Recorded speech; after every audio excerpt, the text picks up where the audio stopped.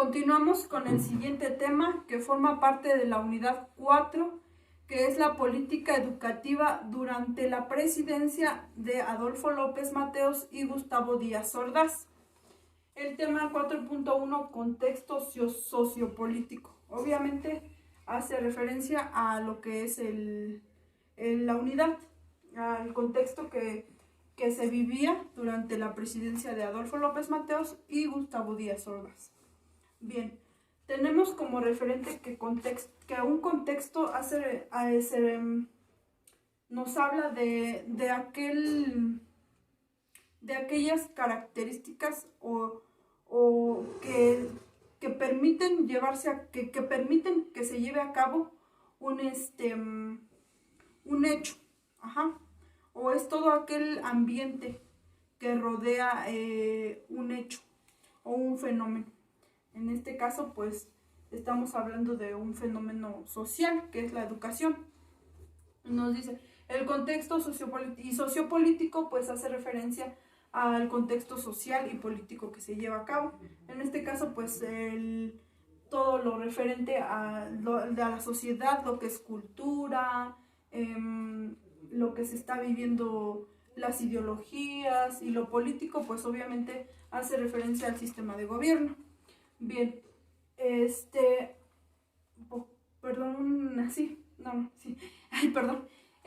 continuamos. Ahora bien, nos dice que el contexto que se estaba viviendo durante esa época, durante lo que fue la presidencia de Adolfo López Mateos, para comenzar, pues era acarreado, todavía era influenciado por los estragos que había dejado la revolución y la época, pues, posrevolucionaria, y obviamente este era un contexto lleno de episodios represivos, por parte del gobierno, como ya había mencionado desde el tema 3.7 de la autonomía universitaria.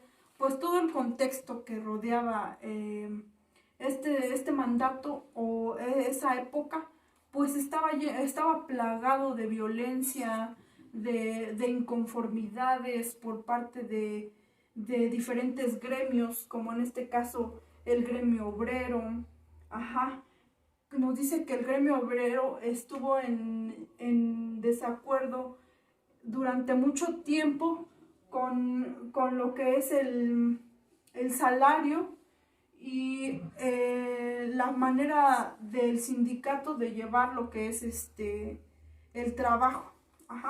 ¿Por qué? Porque la percepción del salario para ellos era muy baja, y obviamente el sindicato, pues, digamos, lo que se trataba como de una explotación laboral. Trabajaban muchas horas por poco dinero. Y también nos habla de que durante la presidencia de Adolfo López Mateos, y me parece que mucho antes, no recuerdo cuál era el otro presidente, se estaba llevando a cabo un conflicto mundial, un ambiente muy violento, en este caso la Segunda Guerra Mundial.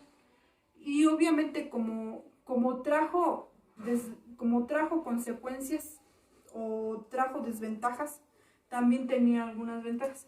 Obviamente más desventajas, porque pues obviamente hubo muchas muertes durante esa época, y pues México no se salvó, aunque no estuvo inmiscuido durante ese conflicto bélico.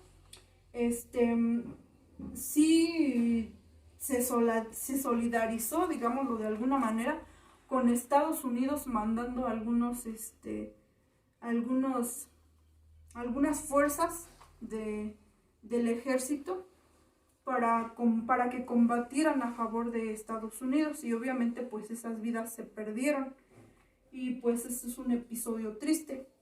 Sin embargo, mencioné también que había ventajas. Dentro de lo malo, pues se encontró algo bueno. ¿Por qué? Porque nos menciona que durante el contexto bélico de la Segunda Guerra Mundial, en México tuvo un crecimiento económico. ¿Por qué? Porque México gozaba o disfrutaba o tenía el privilegio de ser quien proveía a Estados Unidos de materia prima estratégica. Ajá. Como estaba, digámoslo, en guerra, obviamente la mayoría de sus combatientes o de su sistema económico, pues se centraron en lo que fue el conflicto bélico.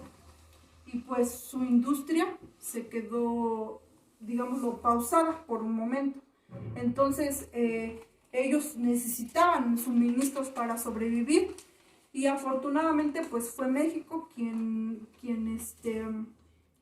proveyó de esos recursos. En este caso pues todos los recursos agropecuarios, más que nada pues los alimentos, materia prima,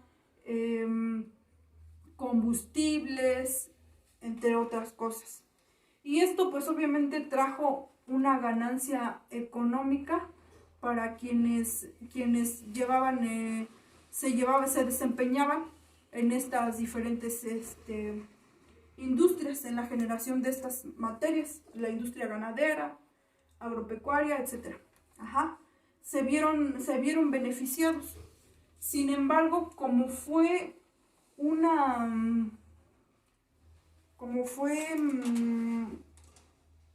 digámoslo, como una especie de... Ay, disculpe. Como fue una especie